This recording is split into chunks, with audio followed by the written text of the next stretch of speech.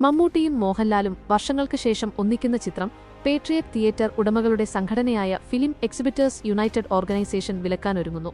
മമ്മൂട്ടി കമ്പനിയും ആശീർവാദ് സിനിമാസും ചേർന്ന് നിർമ്മിക്കുന്ന മഹേഷ് നാരായണൻ സംവിധാനം ചെയ്യുന്ന ഈ ബിഗ് ബജറ്റ് ചിത്രത്തിനെതിരെ തിയേറ്റർ ഉടമകൾ രംഗത്തെത്താൻ പ്രധാനമായും 2 കാരണങ്ങളാണ്.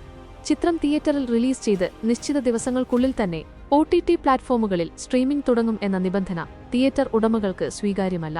കുറഞ്ഞത് 42 ദിവസം തിയേറ്ററുകളിൽ മാത്രം പ്രദർശിപ്പിക്കണം എന്നാണ് സംഘടനയുടെ ആവശ്യം. സിനിമകൾ ഡിജിറ്റൽ പ്രൊജക്ഷൻ നടത്തുന്നതിന് ഈടാക്കുന്ന VPF തുകയുമായി ബന്ധപ്പെട്ട് നിർമ്മാതാക്കളും തിയേറ്റർ ഉടമകളും തമ്മിൽ നിലനിൽക്കുന്ന തർക്കം ഈ ചിത്രത്തെയും ബാധിച്ചിട്ടുണ്ട്. വലിയ മുതൽമുടക്കുള്ള ചിത്രമായതിനാൽ OTT അവകാശത്തിലൂടെ ലഭിക്കുന്ന തുക നിർമ്മാണച്ചെലവ് കുറയ്ക്കാൻ അത്യാവശ്യമാണെന്ന് മമ്മൂട്ടി കമ്പനിയും ആന്റണി പെരുമ്പാവൂരും കരുതുന്നു. ഡിജിറ്റൽ പ്ലാറ്റ്ഫോമുകൾക്ക് മുൻഗണന നൽകുന്ന ചിത്രങ്ങൾ തങ്ങളുടെ തിയേറ്ററുകളിൽ പ്രദർശിപ്പിക്കില്ലെന്നും സഹകരിക്കാത്ത നിർമ്മാതാക്കളുടെ എല്ലാ ചിത്രങ്ങൾക്കും വിലക്ക് ഏർപ്പെടുത്തുമെന്നുമാണ് ഫിയോക്കിന്റെ മുന്നറിയിപ്പ്. ശ്രീലങ്കയിലും മറ്റുമായി ചിത്രീകരണം പുരോഗമിക്കുന്ന ഈ ചിത്രത്തിൽ കുഞ്ചാക്കോ ബോബൻ, ഫഹദ് ഫാസിൽ തുടങ്ങിയ വൻ താരനിര അണിനിരക്കുന്നുണ്ട്. വരും ദിവസങ്ങളിൽ നിർമ്മാതാക്കളുടെ സംഘടനയായ പ്രൊഡ്യൂസേഴ്സ് അസോസിയേഷനും ഫിയോക്കും തമ്മിൽ ചർച്ചകൾ നടത്തി ഈ പ്രശ്നം പരിഹരിക്കാനാണ് സാധ്യത.